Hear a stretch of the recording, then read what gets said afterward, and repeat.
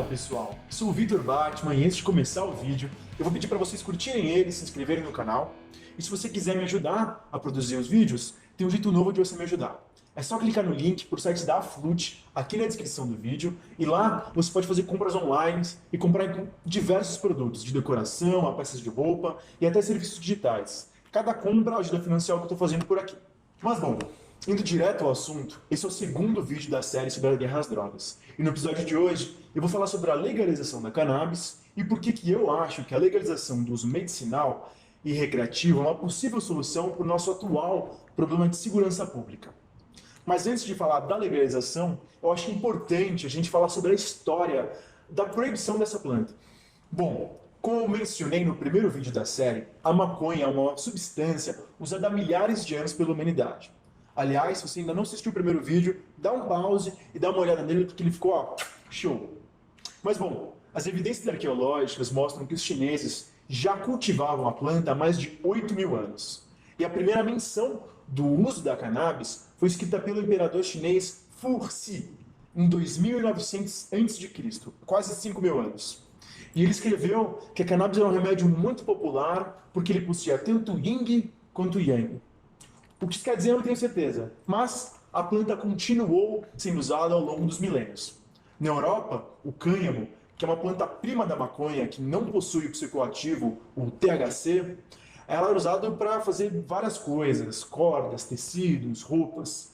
As caravelas que chegaram no Brasil, por exemplo, tinham as suas velas feitas de cânhamo, pois ele produz um tecido mais resistente, mais durável que as outras fibras, como o algodão. Mas a proibição atual da maconha começa nos anos 30 nos Estados Unidos. Durante esse período, os Estados Unidos tentou proibir a posse e o consumo de álcool no país, que foi conhecido como o período da lei seca. Essa tentativa foi um fracasso total, porque ela não reduziu o consumo de álcool no país e só fortaleceu o crime organizado. E o álcool acabou sendo legalizado novamente 13 anos depois dessa tentativa, em 1936. Mas todo o aparato burocrático e as instituições que antes focavam na luta contra o álcool acabaram ficando sem muito o que fazer. E é aí que um personagem muito importante aparece nessa história. Um cara chamado Harry Anslinger, que foi o primeiro comissário da Secretaria Federal de Narcóticos, órgão que hoje se tornou a DEA, a Drug Enforcement Agency. A primeira coisa que a gente precisa saber sobre esse cara é que ele estava muito bem relacionado com pessoas importantes da indústria farmacêutica, que não tinham interesse nenhum em ter a cannabis como concorrente por seus remédios. Ele também tinha grandes contatos com a indústria têxtil, que também não queria ter o cânhamo competindo com o algodão no mercado. Então a gente já sabe que existe um interesse econômico em proibir essa droga. Outra característica muito importante desse cara é que ele era bem racista. Ele era considerado uma pessoa racista nos anos 20. Agora pensa para pensar nisso. A galera dos anos 20, as que foram criadas pelas pessoas que cometeram o extermínio indígena nos Estados Unidos, ouviam esse cara falar e pensavam: meu cara, acho que você está pegando um pouco pesado demais. Na época, a maconha era majoritariamente consumida pela população mexicana e negra que vivia nos estados do sul dos Estados Unidos. E o que o Anslinger e a sua organização fizeram foi uma campanha de desinformação, onde eles queriam associar o uso da droga à criminalidade e os imigrantes. Ele chegou a depor no Congresso e dizer que a maconha causava insanidade, criminalidade e morte. Houve uma série de casos onde foi dito que o uso da droga fazia com que os negros e os mexicanos quisessem estuprar mulheres brancas. Campanha de medo mesmo. E logo depois, a ideia que a maconha realmente causava essas coisas estava em todo lugar. Revistas, matérias de jornais e filmes. Just a young boy. Under the influence of the drug, he killed his entire family with an axe. Then there is the most vicious type of case. Here, in Michigan, a young girl, 17 years old, a reefer smoker, taken in a raid in the company with 5 young men. Here is a particularly flagrant case. Yes, I remember. The newspapers made quite a play of it. In West Virginia, wasn't it? Yes. And there are hundreds of them coming up, new ones every day. Então, a lei que tinha o intuito de controlar a maconha e outras substâncias rapidamente se tornou uma maneira de controlar a população negra e mexicana do país. Mas bom, nas décadas seguintes, nos anos 40 e 50, uma série de estudos saíram mostrando que, na verdade, a maconha não causava nenhum desses efeitos diabólicos. E mesmo assim, na década de 70, durante o governo Nixon, foi declarada a guerra às drogas que a gente conhece hoje. E todas essas substâncias foram ainda mais criminalizadas e as penas relacionadas ao tráfico e ao uso de drogas se tornaram ainda mais severas. E agora eu te pergunto, por que eles aumentaram ainda mais a pena para essas substâncias se era conhecido que a maconha não causava todos esses efeitos negativos? Bom, eu vou deixar um assessor do Nixon, um cara chamado John Ehrlichman, responder essa pergunta para você. Abre aspas. A campanha Nixon de 1968 e a Casa Branca de Nixon depois disso tinha dois inimigos, a esquerda anti-guerra e os negros. Você entende o que eu estou dizendo? Nós sabíamos que nós não poderíamos tornar ilegal ser contra a guerra ou ser negro, mas fazendo o público associar os hippies com a maconha e negros com a heroína, e depois criminalizar ambos fortemente, poderíamos perturbar essas comunidades.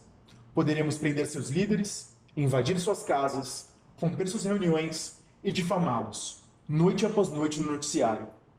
Se nós sabíamos que estávamos nos mentindo sobre as drogas? É claro que sim. Ok.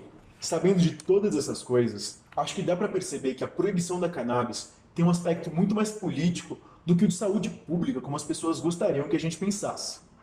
A ideia de que a maconha deve ser proibida, pois ela é nociva demais para a saúde, não faz sentido nenhum, já que o álcool, por exemplo, mata 3,3 milhões de pessoas todo ano. Isso sem contar as pessoas que morrem em acidentes causados pelo álcool. E o consumo de tabaco mata 8 milhões de pessoas anualmente. Enquanto isso, o número de pessoas que morreram diretamente pelo uso da cannabis é zero. Ninguém nunca morreu pelo uso da maconha, porque é literalmente impossível você ter uma overdose dessa substância.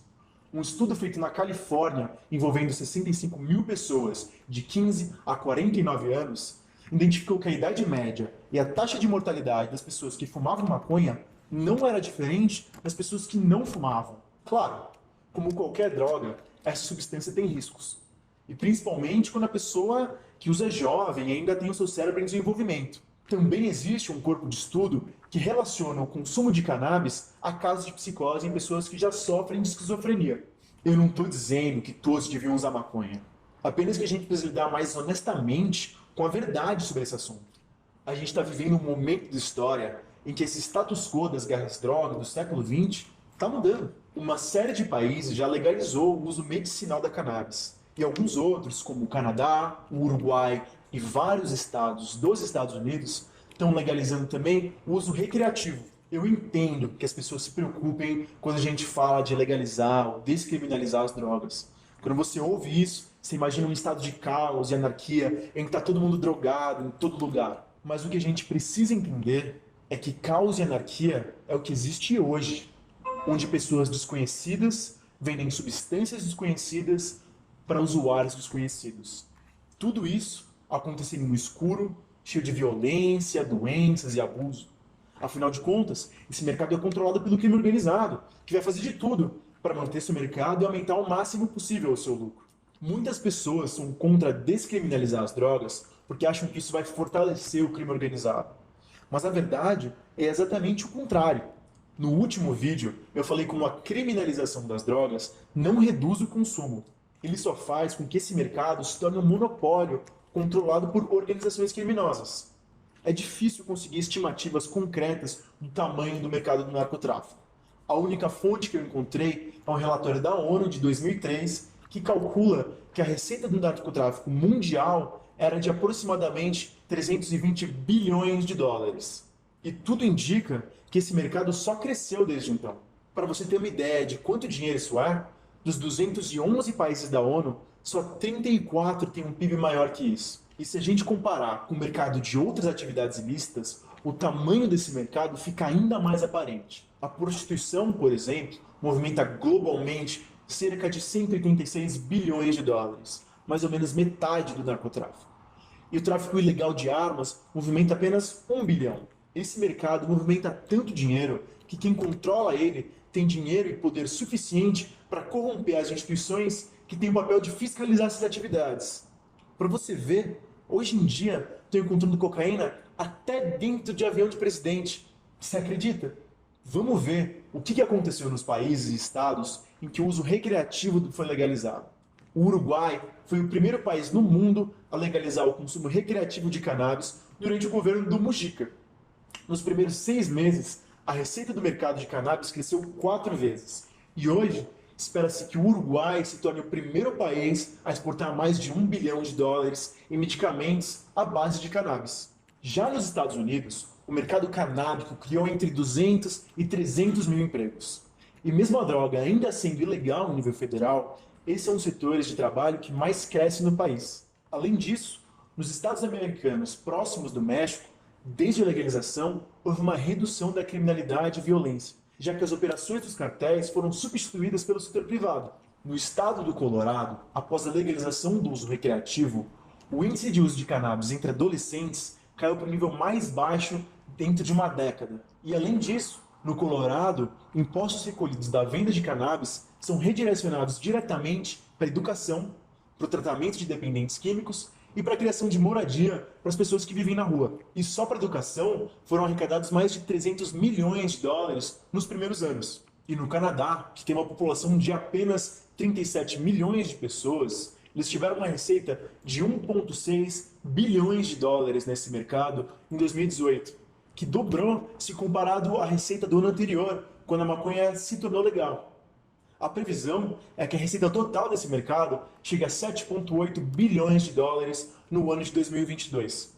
Além disso, o fato do Canadá ter sido o primeiro país industrializado a legalizar o uso recreativo da maconha fez com que ela atraísse investimento externo direto para esse mercado. E as ações das empresas que lidam com o mercado canábico têm crescido fortemente desde então. Então a gente viu que nos países em que a legalização foi feita, ela criou um mercado milionário, atraiu investimento internacional, criou milhares de empregos, reduziu a presença do crime organizado e, quando feito da maneira correta, até reduziu o consumo de drogas entre jovens e adolescentes.